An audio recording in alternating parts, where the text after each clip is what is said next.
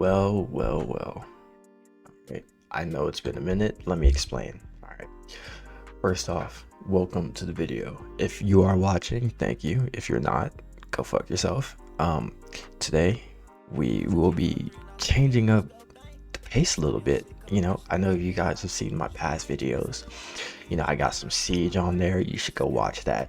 I got some Siege on there. You should go watch that. All right. But today we're gonna be kind of switching it up a little bit. All right. So you may be asking, okay, what really are we doing today? Okay, like I just said, we will be analyzing and kind of not critiquing, but just getting a deeper understanding of the specific episode of the Boondocks. What episode is it? Okay, I'm going to get to it. Can you fucking relax? It's called The Block is Hot. That is season 1, episode 14. If you haven't watched it already, I advise that you do watch it, because if you haven't, I will be referring to it in ways that you won't understand until you have seen it. Okay, so I'll just throw that out there. If you haven't seen it, go stop the video, watch it, come back to this exact point, and then we will continue. Okay, enough of that. All right, now let's get into the episode. Now I thought, how am I going to present this to you guys? Okay, there's many different ways I can do this, right? But I'm just gonna give it to you straight up. All right, what are we going to be looking out for? Okay, the theme in this episode in particular, one, it's going to be a critique of capitalism. Okay, now I know that some of your heads just fucking blew off as soon as you heard me say that. Okay, relax. Okay, I'm just simply telling you what the critique, what their critiquing is. And two, it's a societal critique, a critique of society, how they turn their back to certain things, but how they pay attention to others. Okay, and I know these sound confusing, but trust me, you're gonna have to stay with me now. And the third thing that we're going to be looking out for is a critique on consumerism. And I know that kind of goes with society, I know that goes with capitalism, but it's really, I feel like it should stand on its own. And if you watch this video, or if you watch the episode, you know exactly what I'm talking about. And one more thing before I get into the episode, there will be some things that I leave out that just aren't important for what I'm trying to say. They might be important for the episode, but they're not important for what I'm trying to say. Okay, so understand that. Like I said, watch it for yourself. If you don't, this is your last warning. All right, now we will be getting into it officially. So we're introduced to Huey, and I guess I'll just introduce the characters as we go along. Huey is the oldest brother in the Freeman family. There's Granddad Robert Freeman, there's Huey Freeman, and then there's Riley Freeman. Riley is, sorry, let me take it a step back. Huey, think of Huey as the voice of reason. You can say the voice of reason in the Black community. Sometimes he's just the voice of reason in general. Think of Riley as the ignorance in society or the ignorance in the Black community. They're interchangeable depending on the episode. Think of Granddad as fucking Granddad, I don't know. So Huey's outside, he's just walking, he has a coat on, he's outside. Everybody else is outside because it's hot, and when it's hot you get outside. So Riley, he opens up a fire hydrant and just lets the water splash everywhere. Okay, and as the water splashing everywhere, Riley, he continues to splash it, but he ends up splashing Uncle Ruckus. Now Uncle Ruckus is a older Black man who hates Black people. All right, so he's just not gonna take it. He's not going for this shit. So what does he do? He calls the police. Now what happens when he calls the police? Take a look for yourself. 911, breaker 911, 911 emergency. This Uncle Ruckus. I'm on Timid Deer Lane. A little monkey spraying water all down my esophagus and hitting my nether region. That's right, officer. He will not trade me on my brand new shirt that I find at the... Well, if it isn't the brave men and women of the police department, come say today. Get out of the truck and show me some ID! ID? Oh, that's a fine idea, officer. Can't be too careful. I'm just gonna reach into my pocket and take out my safety orange wallet. Please. It's a case of mistaken identity. Hey, watch out now. Please, not me. I got Indian in my family. Seriously. Slow down. It's okay, officers, it's okay. I have a backup wallet just in case. That's where I keep my spare blockbuster card. Gun! What's going on here? Ow! I appreciate what you're doing. Now, after this scene, this leads us to Jasmine. Who is Jasmine? Jasmine is the daughter of Tom Dubois. Who is Tom Dubois? Just shut up. So she's out, you know, selling lemonade like any regular kid, I guess. And Huey is right next to her, just chilling, and he's essentially, I don't know what the word is, but let's say protesting. So what is Huey protesting? Damn near everything. Any and everything. And what do people do when they hear him protesting? They say, wow, really? And then because Jasmine's right next to him, she's like, hey, come get a cup of lemonade. What he said is true, but lemonade. So off the bat, we can already see two of the themes at play. First off, with consumerism, Huey, rightfully so, is protesting, and people are walking right past, they're grabbing a cup of lemonade, and they're going on with their day. They don't care at all. Okay, I'm confused. What does that have to do about consumerism? Well, essentially, people want their products. They don't care about anything else that's going on. As long as people have their products, they'll be fine. As long as I have my glass of lemonade, I will be fine. Oh, wow, you're telling me the government wants me dead? Oh, well, did you know that lemonade will increase your lifespan? Okay, well, fuck it. All right. You can think of this as maybe the government creating a problem and selling a solution. Okay. Next, we are introduced into Mr. Onceler. Now, who is Mr. Onceler? Essentially, just think of him as a corporate tycoon. That's the easiest way I can explain it. Mr. Onceler comes around, gets a glass of lemonade, and then is talking to Jasmine about her business and whatnot. And from what we hear, essentially he's a corporate tycoon. He owns a lot of businesses, he's successful, he's rich, he says all these things himself, right? But also, while talking to Jasmine, Huey points out, he's like, hey, like, you have like children working in Indonesia in like sweatshops. What does he say? Says, yeah. Like, so what? Basically, is what he said. He's like, so what? Like, are you gonna do something about it? Like, do you have a problem? I'm right here. We can squash the beef. Really, we can run the ones right over here, right behind me. We can run the ones, bro. Are you pussy or what? So Mr. Onceler hears that she's saving up for a pony. Now he has a great idea, seeing that her lemonade stand is doing all right, I guess, and seeing that he wants a stake in what she's selling. He wants to make some profit. He offers her a contract. This is not any sort of contract. This is the contract. So Mr. Onceler offers her a deal. Now, what is this deal?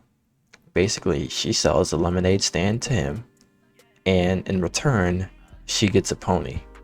Now, is it that easy? No. Will we get to it? Yes. Slow your fucking horses down. Get it?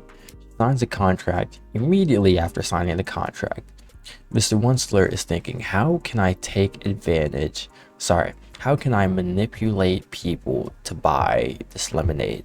And he's not just thinking that, he says that out loud. I'm misquoting him at all, trust me. How can I manipulate people to buy this lemonade? He's like, oh, there was a shooting? Okay, well, you see those police officers? Yeah, they look thirsty. Jasmine actually says this. These police officers, they look thirsty. Like, let's have them come take a drink. Now, throughout this entire ordeal, she's dealing with the same bullshit that everybody who's worked customer service or fast food has had to deal with before. So we all know her pain too well. Here's a little small snippet. That's all I got. Lemonade is $1. That's all I got. Make it work, I'm thirsty. Lemonade is $1. I ain't got no dollar. It's hot as hell out here, man. Just hook me up. All the money I spent up in this place, this some more bullshit. Lemonade is $1. And I know what you're thinking. Why is she putting up with this? Why is her dad, who eventually finds out, well, not even finds out, eventually sees how much she's being worked, why do they put up with this? Well, because she wants a pony, and she signed a contract, and guess what's in that contract? We'll go over the extensive details later, but guess what's in that contract? Her portion, her percentage, what she makes goes towards the horse's upkeep, goes towards the stables, goes towards their food, all that. Okay, so if she doesn't, he says this flat out. Mr. Wensler says it flat out. He's like, if you don't do this, well, you know your pony's dead, right? You know your pony's dead, right? So you're killing your pony by not doing this. So he manipulates her. Straight up, he manipulates her. So yeah, he's like, hey, so if you don't do this, if you don't work, you're basically killing your pony. So this is your pony now. I'm not doing shit. If you don't work, you're killing your pony. And that's tough, because I'm not gonna help that. I'm not helping him. Okay, that's what he's saying. And this is interesting because this is like I said, this is a capitalism critique. They are critiquing capitalism. They are critiquing the owners, the people who make the most money. One, not putting in the actual work. They're not there at the stand. Yeah, they're being a hard ass so they can make money. And knowing that Jasmine isn't making any money, because that's not a part of the contract, he knows the harder he pushes her, the more money he makes.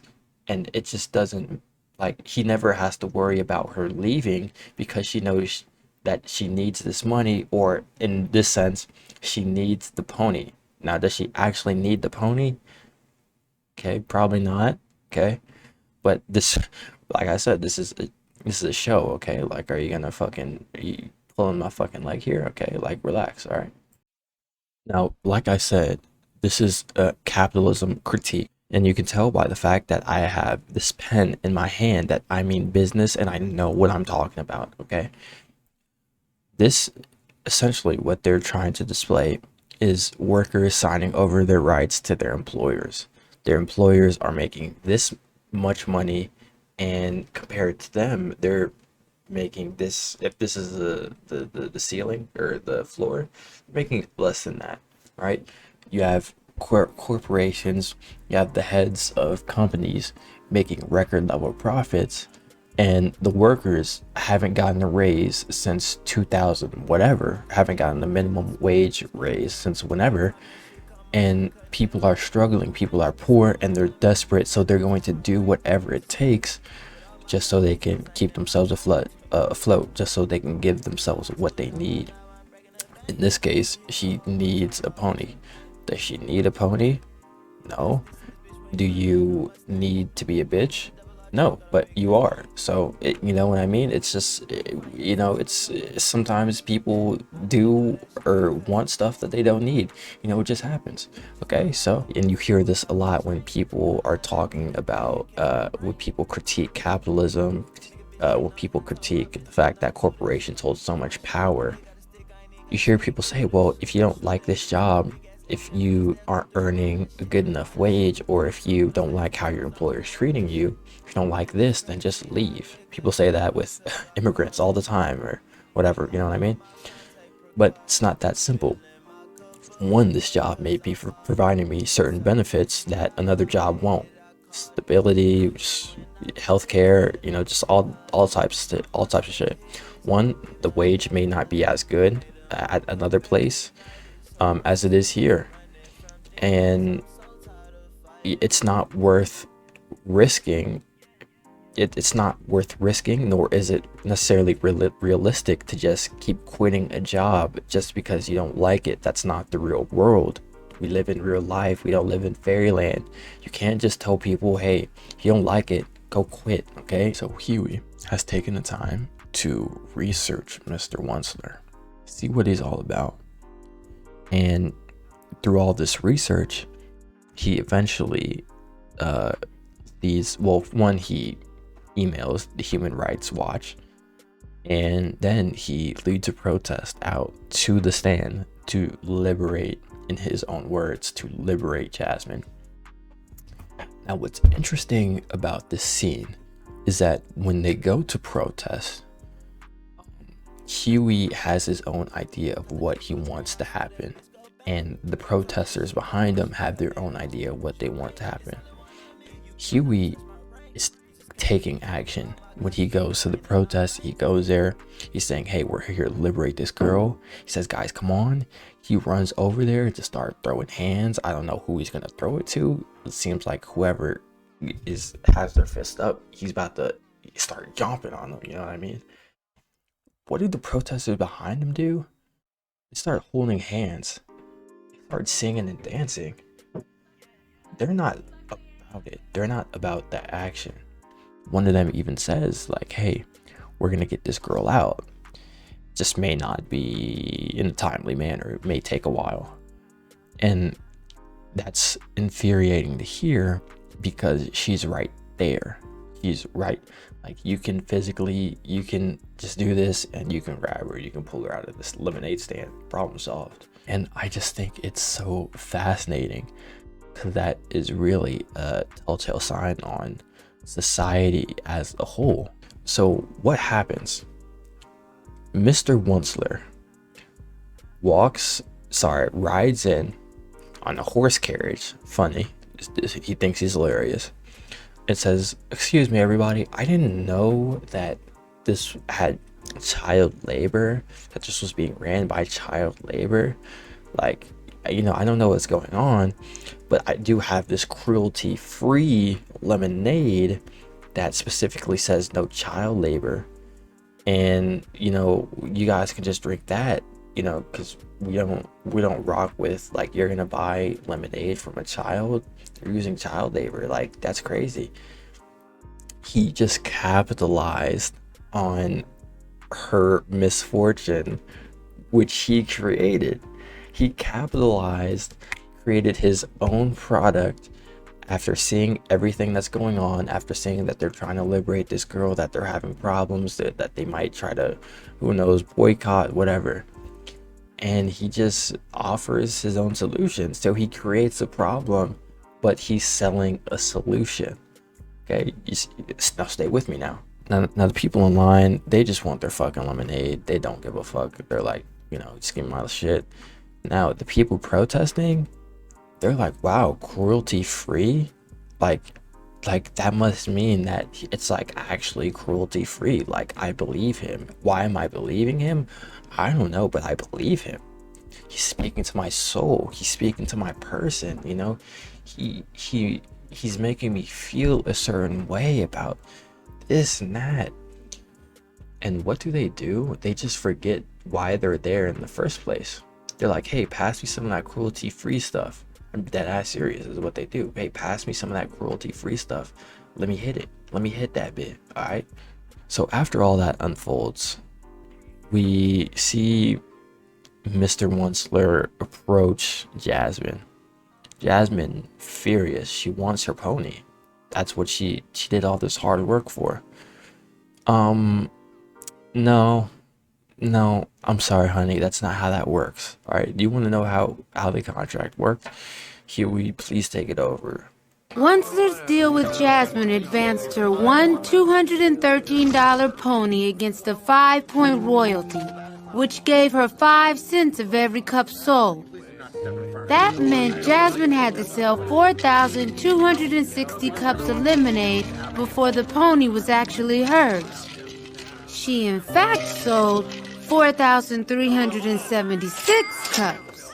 But what Jasmine hadn't calculated was the cost of her new stand, marketing and promotion, the lemons, cups, umbrellas, straws, and the gas to drive Onceler back and forth from the stand all came out of her 5%. Jasmine not only didn't get her pony, she ended up about $300 in debt to Ed Onceler. You know, Miss Dubois, I sunk a lot of money into this business. I gave you an...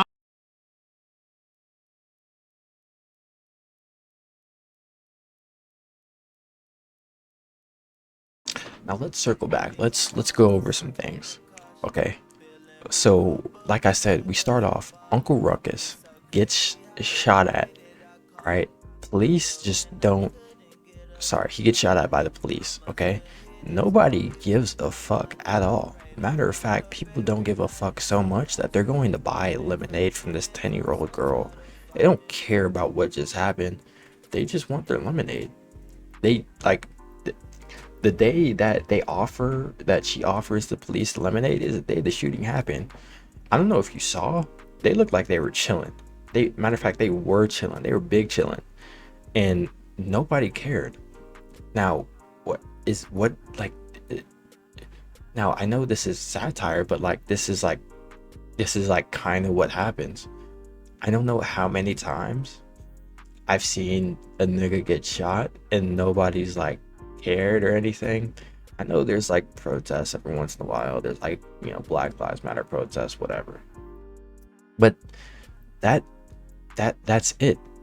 Like that's it. Like, and I know that may seem like a lot, like, wow, Black Lives Matter protests, but in the grand scheme of things, that's not really shit. When a nigga gets shot at, an unarmed black man gets shot at, he was the one who made the call.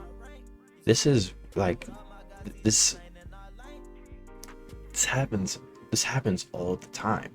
I don't think you guys understand. A dude will get shot, there'll be protests, we forget about it, another dude gets shot, repeat the cycle. There's no, society is numb. You can take this one of two ways. Now, one, you can say that society is just numb to the fact that a dude getting shot, a black man getting shot at, he was the one that, you know, made the call, he pulled out a bright orange wallet. I mean, you can say that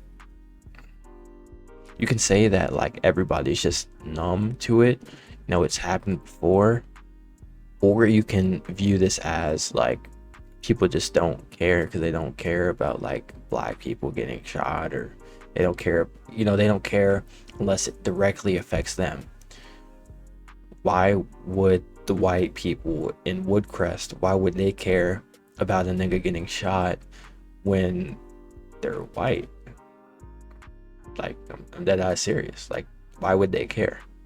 If I see a serial killer's on the loose, and I see he's killed 100 people, let's say he's killed 100 people, and none of them are black, can I be honest?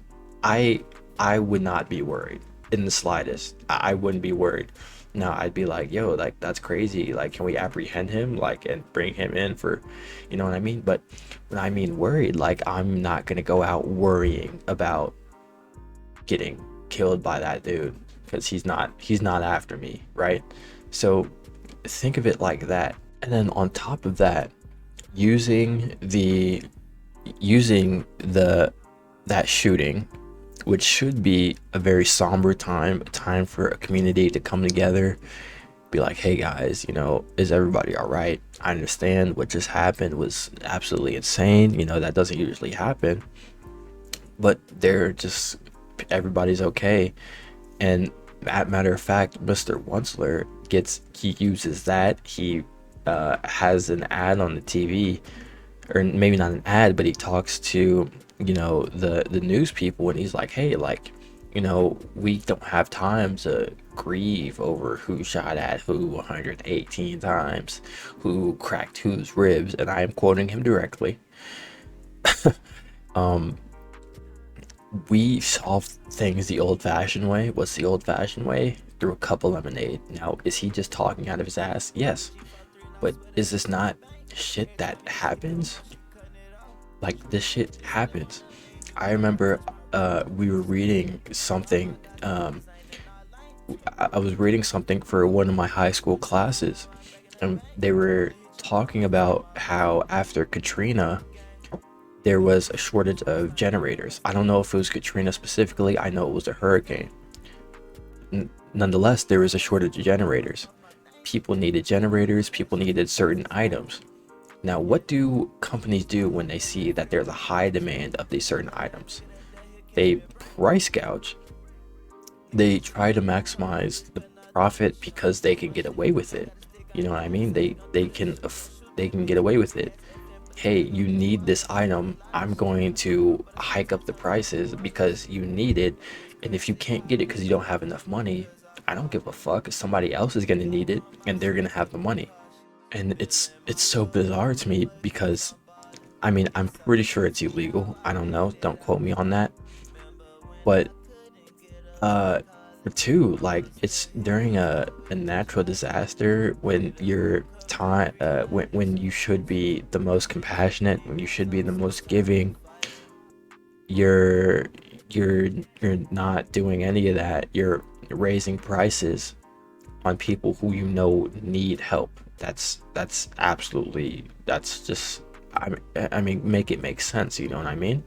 He knows she's not gonna read the contract. He knows she's not gonna understand it, and then he provides a picture of a pony to invoke some sort of emotion for in her, right? Just so she knows that's what she's fighting for.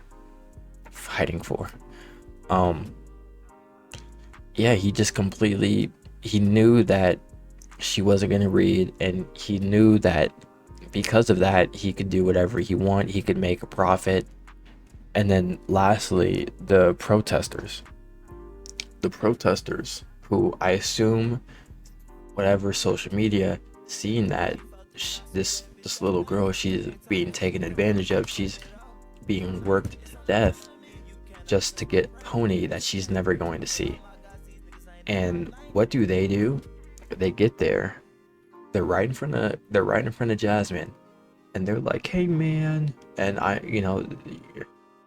hey man, this is not cool, bro. Release her now. Yeah, bro, yeah. They're like, they're soft. They're not doing anything. They're singing songs. They're holding hands, doing kumbaya. They're dancing, like this is a celebration. Whole time, this girl is right in front of you. Huey's ready to throw down, and y'all are just sitting on your fucking hands, not doing shit. Now, what really are they talking about here? One, they could be talking about society as a whole, how we kind of take a step back, and I'll revert back to the consumerism. As long as we get our products, we'll be all right. You see, after a while, he sells the cruelty-free lemonade. They're like, hey, I don't know why I'm here, but there's cruelty-free lemonade, so I'm all right. You know what I mean? Or this can be, you can look at this as the fact that during protests, and this happens all the time, all types of protests. We're seeing this right now in Gaza, or not in Gaza, but protests around the country. Sometimes when people are protesting, they have the right idea, but they don't do anything. They protest, and that's great. That's your First Amendment right. You absolutely should be protesting if you feel like there's something worth protesting. But why are you protesting if you don't really care? If you can actually do something and you can actually make a difference, but instead you're just protesting because you want to make yourself feel good, or you want to make other people accept you, or I don't know what the case is. But like, stop. What I'm saying is not to stop protesting. Keep protesting, of course, but do some act. You can't just protest. You have to act, or else what are you protesting for? She's right in front of you. You're protesting? Hey man, let her out, man. She's right there, nigga. You let her out. If you have made it to the end of this video, I appreciate it. I greatly appreciate it. Go ahead, leave a like, leave a comment. Let me know if there's something that you thought that I should have gone over that I didn't. Let me know if there's something that I did go over that you thought I did really well on, and maybe you think I should, I don't know. Let me know if you just want to call me a bitch. I don't really care, man. Just, let me know how you feel. Other than that, man, stick around. I got some more bangers coming. Well, I'll keep that in the vault for now. We're not going to talk about it. I'm tired as hell. I'm trying to go to sleep. Other than that, man, have a good night, man. I'll see y'all in the next one.